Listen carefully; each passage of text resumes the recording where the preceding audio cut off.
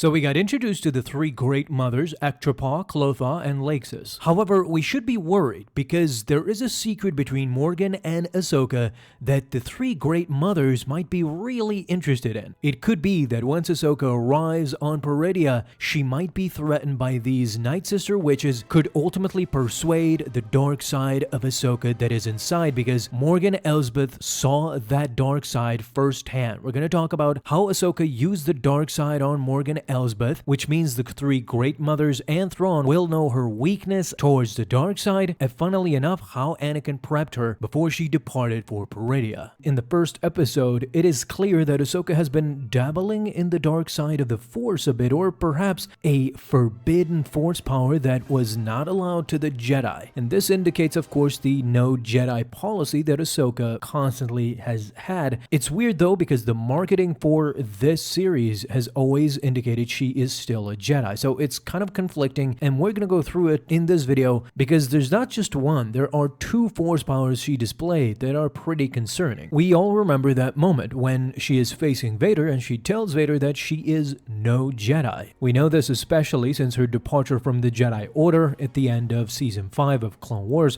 Her disillusionment with the Order grew after she was wrongfully charged with treason, and she never really completed the Padawan training. However, we can clearly see by the animated series and by the Mandalorian and Ahsoka series now, throughout the era of the Empire, she actively sided with the rebellion, she fought Inquisitors, she safeguarded Force-sensitive children, she even gathered critical intelligence as fulcrum. These are all activities befitting a Jedi. Over time, Ahsoka has developed her own unique approach to challenges, drawing comparisons, of course, to Anakin. Anakin often defied the Jedi Council and even ignored the advice of Obi-Wan to follow his instincts, which were frequently validated, especially during the Clone Wars where he mentored Ahsoka. The premiere of the Ahsoka series, though, suggests that Anakin's influence during that time has perhaps had a deeper, profound influence than we previously understood. Let's talk about this first moment that alarms me regarding Ahsoka. Now, after recovering the star map from the Arcana Ancient Temple, Ahsoka discusses her discovery with Huyang aboard her ship. She then informs Huyang that the location of the star map was provided by Lady Morgan Elsbeth. This, of course, confuses Huyang, who then asks how did she persuade Morgan to share such crucial intel, to which Ahsoka states, "Let's just say I didn't follow standard Jedi protocol." The statement is delivered with a degree of levity, of course, but the underlying implication is really ambiguous. To extract information from someone as formidable as Morgan Elsbeth, a Dathomirian Night Sister, I mean, Ahsoka must have employed considerable Force power, perhaps even a dark side technique like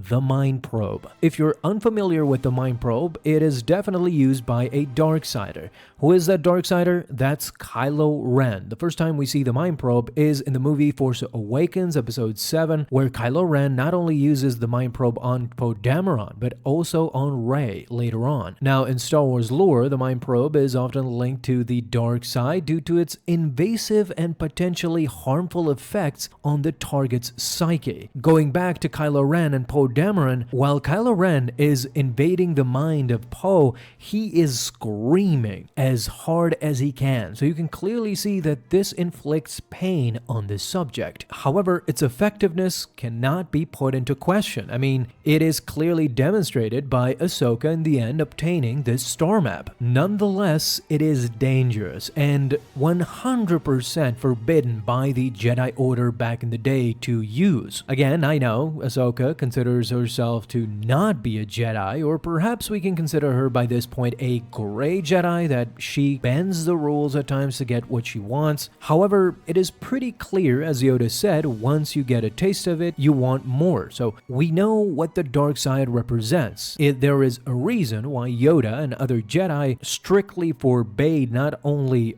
Force powers. They even forbade some lightsaber combat techniques, thinking that it would lead the Jedi to darkness and ultimately lead him to a path of no coming back. Researching the Mind Probe more, I came upon more text talking about how Jedi even viewed the mind trick as potentially dangerous. So the Mind Probe is definitely forbidden, but the mind trick is somehow considered to be an invasion of privacy, of course, and could lead the victim down the wrong path. This is clearly shown and seen during the Clone Wars animated series, because when the Jedi employed more aggressive versions of the mind trick during interrogations, other Jedi would see this as torture. Interestingly, there's an episode where Ahsoka herself suggests using forceful mental tactics on the bounty hunter Cad Bane in the Clone Wars, and they ultimately do, of course, even the greats like Obi and Windu. I guess you can say the ends justify the means, but this past behavior kind of sets a precedent for Ahsoka. We were never really careful with Obi-Wan because we knew where he stood, but Ahsoka could be teetering at any moment, and she is at a very vulnerable stage. She is apprehensive about Thrawn's resurgence and the prospect of another conflict.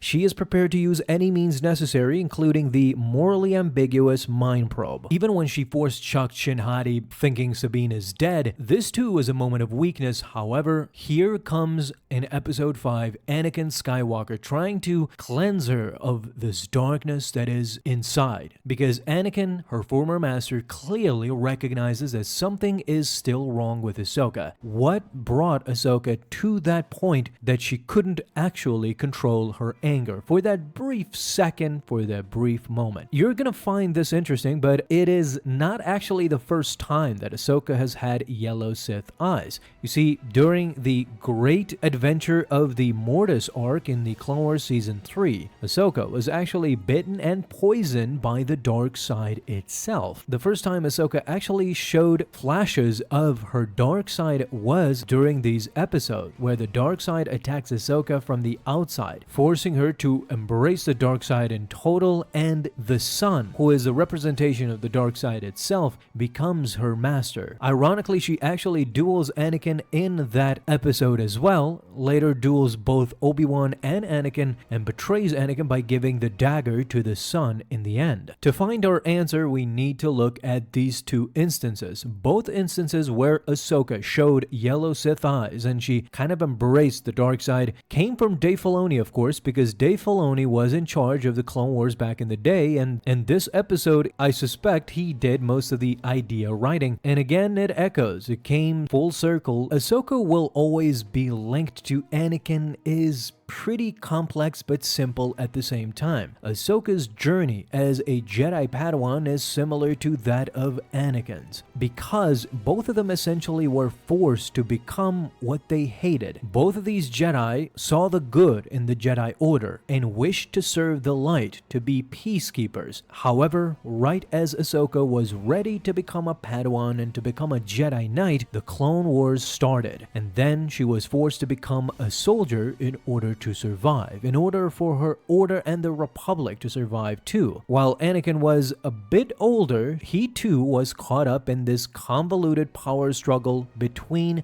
the Federation and the Republic, essentially the Jedi and secretly Chancellor Palpatine and Dooku. Both these Jedi were essentially betrayed by the Jedi Council. We have two instances. One, Ahsoka was blamed for treachery for bombing the Jedi Council, and they pursued her ferociously without even giving her proper time to defend herself. When she was cleared of all charges, she didn't accept the apology of the Jedi Council, instead choosing to leave it entirely. This took her into a totally different trajectory. And kind of the same thing happened with Anakin too. They betrayed Anakin as well, the moment they asked him to spy on the Chancellor. This, I think, was the last straw for Anakin. He had tolerated a lot to that point. Wars, treachery, he probably saw a lot of killings that took place and blamed himself, blamed the Jedi. But throughout all this, now they were turning inward. Now they used Jedi as spy machines for their purposes. The selfishness of the Jedi Order had become apparent. The Jedi Council were all about themselves now. And even though they were acting on the interest of the Order, Anakin saw this as being totally corrupt. Both these Jedi essentially felt that they were tools for greater powers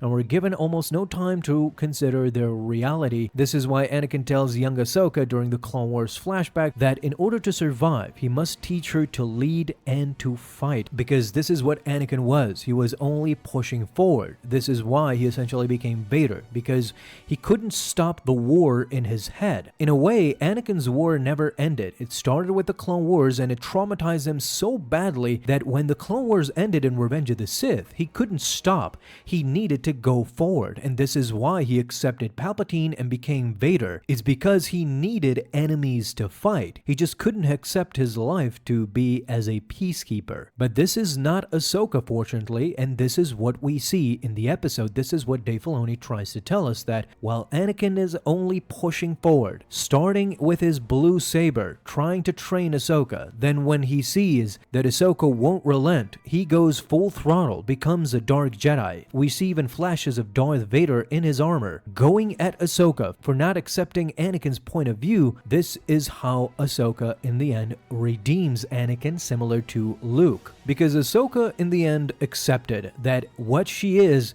not her master. Yes, she has a legacy of being the apprentice of Anakin. She has some Anakin in her, but she is a totally different person. She is a totally different warrior. This is why she abandoned the Jedi Order, and this is why she didn't kill Dark Anakin and throw away her lightsaber. When push comes to shove, Ahsoka would rather walk away than do something that would destroy her spirit her entire life. She just simply couldn't live with that. And this is why in the end, Anakin's eyes turn blue, he is redeemed, he smiles and says to Ahsoka, there may be hope for you yet. We know that back then he was talking about being resurrected from the water, but now after the Night Sisters and Thrawn are gonna provoke her to get her closer to losing her cool again, to embracing the dark side as she did previously, this is the moment we're gonna see Ahsoka really shine and get those lessons from Anakin, show us what they actually meant.